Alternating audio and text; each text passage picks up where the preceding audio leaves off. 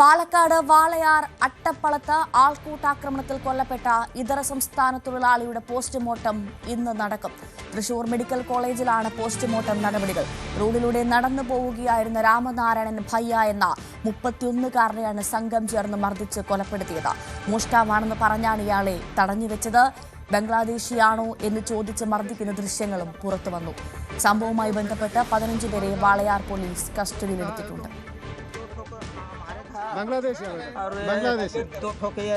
बांग्लादेशी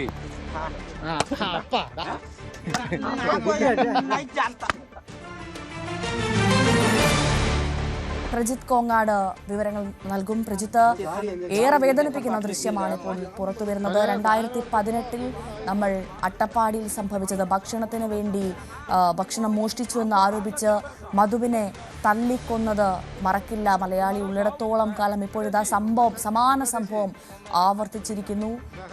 ഇതിൽ ആർക്കൊക്കെയാണ് കേസെടുത്തത്? കൃത്യമായ നടപടി ഉണ്ടായിട്ടുള്ളത്? ഇതൊക്കെ ഒരു പാഠമാവണം. എന്താണ് നിലവിലെ സാഹചര്യം? ആർക്കെതിരെ കേസെടുത്തു? വിവരങ്ങൾ എന്തൊക്കെയാണ്? ഭവ്യ, ബുധനാഴ്ച വൈകിട്ടോടുകൂടിയാണ് അട്ടപ്പള്ളം മാതാളിക്കാട് ഭാഗത്ത് ഛത്തീസ്ഗഡ് സ്വദേശിയായ രാമനാരായണനെ അതിക്രൂരമായിട്ട് മർദ്ദിക്കുന്നത്.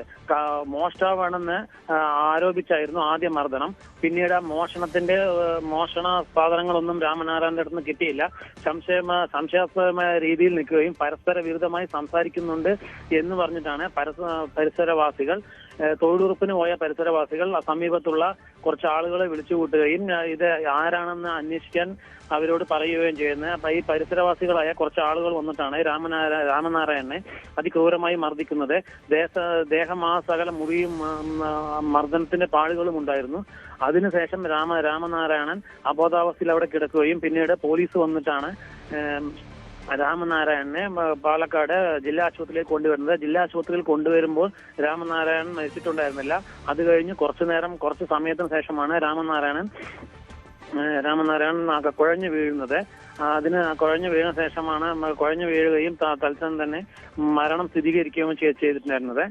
ഇപ്പോൾ രാമനാരായണന്റെ മൃതദേഹം തൃശൂർ മെഡിക്കൽ കോളേജിലേക്ക് മാറ്റിയിട്ടുണ്ട്. സംഭവവുമായി ബന്ധപ്പെട്ട് 10ഓളം പേരെ വാളയാർ പോലീസ് കസ്റ്റഡിയിൽ എടുത്തിട്ടുണ്ട്.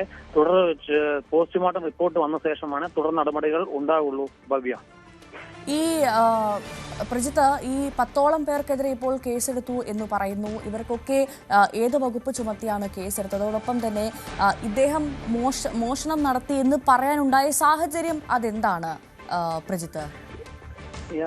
ഈ ആൾക്കൂട്ട മർദ്ദനത്തിനുള്ള വകുപ്പുകൾ അനുസരിച്ചിട്ടാണ് ഇപ്പോൾ കേസെടുത്തിട്ടുള്ളത് എന്നാണ് വാളയാർ പോലീസ് പറയുന്നത്.